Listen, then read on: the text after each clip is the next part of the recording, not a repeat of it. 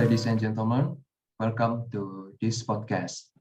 I'm Ilham from IPB University, and today we will share the insight to you and also to us. Okay, now we have special guests, and they are from IPB University Indonesia and PPIU Cambodia. And during this section, we will talk deeply about tips for personal experience in giving feedback. Well, hi Novan and hi Krima. How are you guys? Yes, I'm fine. Okay, nice to see you guys, especially for Krima because they have come all the way from Cambodia. How is the situation on your country, guys? Yeah, as you know, Indonesian people are complaining about rising fuel prices. Yes, that's true. It's an important thing for the Indonesian government to solve this problem. And you, Krima, what about in Cambodia? yes, the situation in my country is fine, guys. Well, hopefully everything is fine, all right? Okay, guys, before we get into the topic of this podcast, uh, what have you been busy in this week? Maybe from Krima first? During this week, I was busy with lecturing and organization on campus as well as a college's assignment on campus too. Mine as well. My classes are quite busy. There's a lot of assignment that should be done by this week, but overall, I can still handle it. Wow, everyone is very busy, yes. But thank you very much for taking the time to be a guest speaker on the podcast today. All right, let's get into the topic of today's podcast about tips for personal experience in giving feedback. Management expert Ken Blanchard once said that feedback is the breakfast of champion. What he probably meant is that meaningful feedback can make difference between mediocrity and greatness. Without quality feedback, employees don't know how to improve. But feedback can only help employees improve when it's constructive. Okay, what do you think about experience in giving feedback? Maybe now start from Krima. Yes, feedback is any information we receive as a result of our action. I recognize this is a broad statement, but think about it. Feedback is not just a positive or negative custom we receive from boss, friend, teacher, and etc. So, why is feedback important in business? Maybe start from Naufan. Customer feedback is the information, insights, issues, and input shared by your community about their experience with your company, products, or services. This feedback guides improvement of the customer experience and can empower positive change in any business, even and especially when it's negative. Okay, I see. Then we should give feedback effectively to reach the goal. How can we do the feedback effectively according to you, Krima? Yes, I think there is some way to giving effective feedback. First, prioritize your idea, limit the feedback to the most important issue. Consider the feedback potential value to the receiver and how you could respond. Could you action on the feedback? As well, too much feedback provided at the single time can be overwhelming to the receiver. Okay, I see. Now, what about receiving effective feedback? Maybe from Novan? We are continually receiving and giving feedback, whether explicit through oral or written language or implicit in gesture or tone of voice. Feedback conveys information about behaviors and offers an evaluation of quality of those behaviors. While it's easy to take a feedback personally, strive to perceive it as a learning opportunity. Feedback can reinforce existing strength, keep goal-directed behavior on course, clarify the effect of behavior, and increase recipient abilities to detect and remedy error on their own. For me, the aim of feedback is to help us achieve our goals in order to ingrain this future-focused mindset of feedback within myself. I like to replace feedback with feed forward because feed forward encapsulate the idea that we are using the information we receive to look ahead towards our goals. In business, sometimes we got the problem, question for giving ineffective feedback. Then what do you think is the error giving feedback? Maybe from Novan? Okay, I think there's two mistakes that we usually encounter. The first one is making feedback too personal. Too often, people or manager approach problems with an employee's performance as being problems with the employee themselves, rather than skill or process issues. For example, a manager might say, "You handled that meeting with Adam poorly. Your immaturity made our department look incompetent." Could you blame the employee for being insulted in this situation? Of course not. I think it would hurt their feelings. That's right. So I think the manager could rather say, "It's clear that you were upset by what Adam said in the meeting. While I understand you're passionate about the project, it's important that we keep our communication with other departments professional if we want them to take our opinion seriously. Try taking a deep breath and writing down your thoughts. If you feel comfortable saying them calmly, do otherwise, put them in an email after the meeting.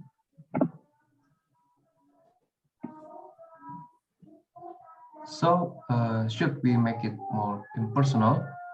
Unfortunately, though some manager tends to overcorrect to avoid personal acquisition, sometimes manager will provide feedback for the team instead of individuals. The manager may tell the sales team, "We underperformed by 25% this month.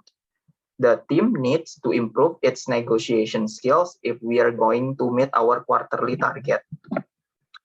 So what are individual employees supposed to do with this feedback? Some of them may identify with the need to improve its negotiation skill, but other employees won't know how to improve their performance. Individual performance influence team performance, but improvement can only happen at the individual level. Any guidelines that about how to give constructive feedback will emphasize this idea. Start with the individual.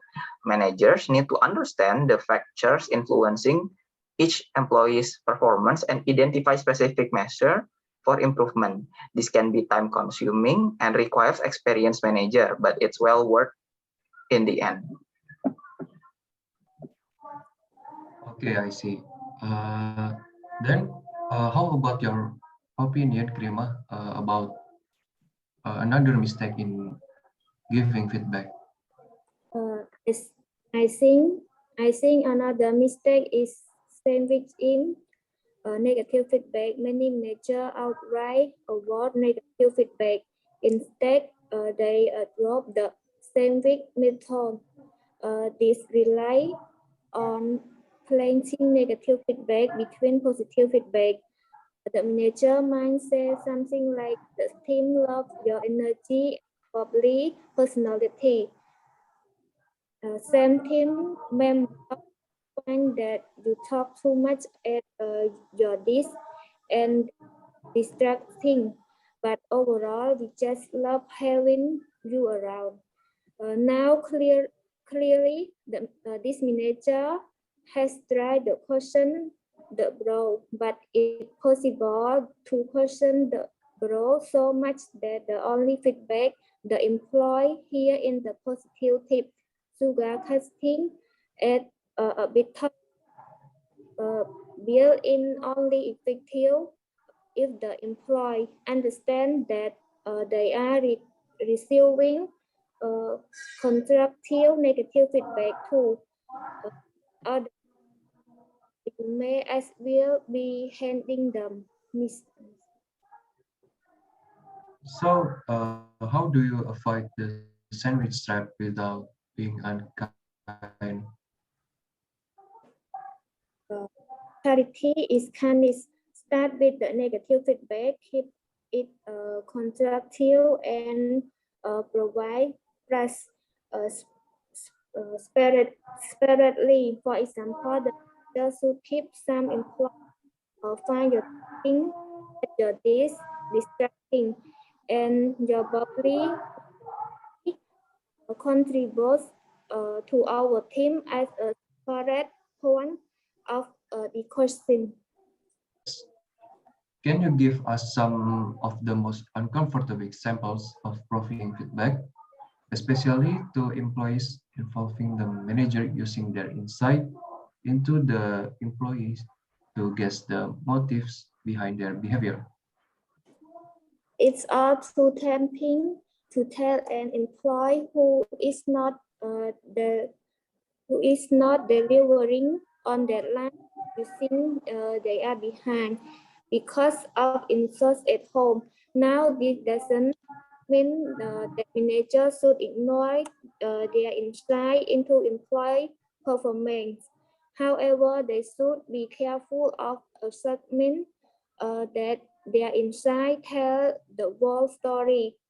No one like to feel like people are making assumptions about them. Employees mind uh, even be deeply instructed by manager instruction into their personal issues. That's why one of our feedback suggestion for manager is to ask rather than assume. If an employee has missed a few deadlines, their manager should talk them aside and say, "You missed a number of deadlines lately. What do you think is a caution this? Let's look at how we can get you back on track." Okay, I see. So, is there anything worse than receiving negative feedback? Maybe from Novan? So receiving feedback so long after the fact that you can't do anything to improve the situation. One of the toughest challenge of giving feedback is getting the timing right in an effort to keep things professional. Many managers wait for performance review to provide employees with any constructive feedback. This means that if there's an issue in January, they could wait until the end of quarter, which is March, to address it. This doesn't work for a couple of reasons. Firstly, managers can become fed up with an employee who isn't changing their behavior, forgetting that they haven't even discussed the behavior with them yet. Does it mean that performance review can be to focus on problems that occurred months ago and are all about forgotten? Absolutely. I suggest people should take super entrepreneur Tim Fargo's advice that mistakes should be examined, learned from, and discarded, not dwelt upon and stored. Address issues as they arise. Build regular opportunities for feedback into everyone's schedule, such as bi-weekly one-on-ones. Regular feedback will also give employees practice on receiving constructive feedback.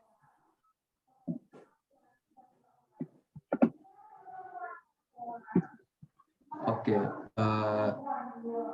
Is there any other chance of giving feedback? Maybe we start from Nova now.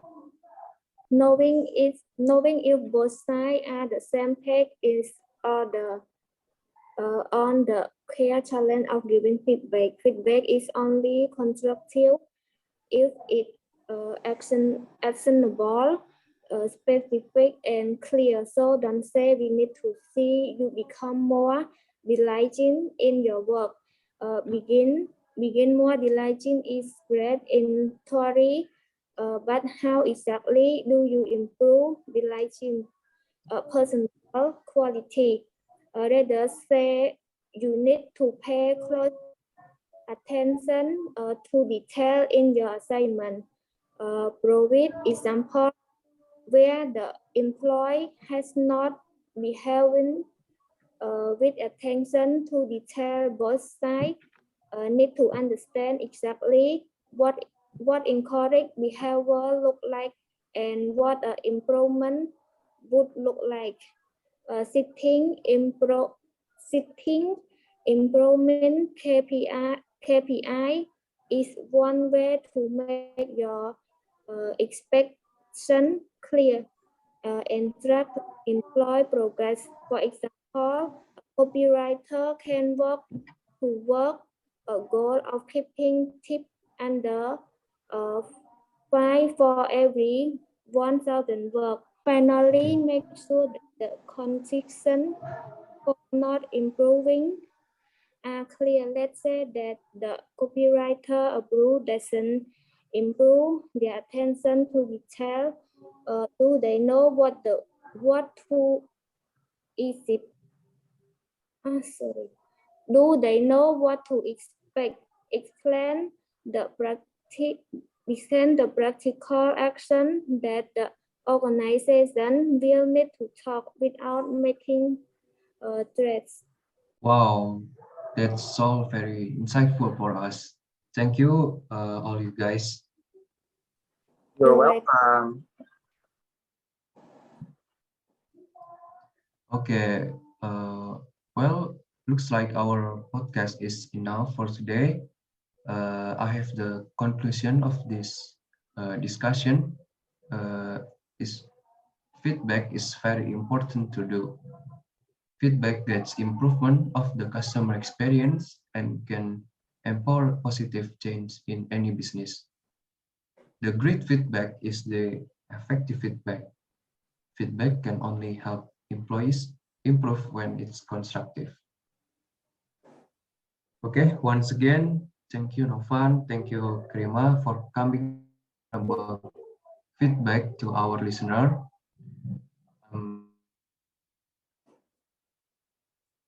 Our podcast. Bye bye. Bye bye. Bye.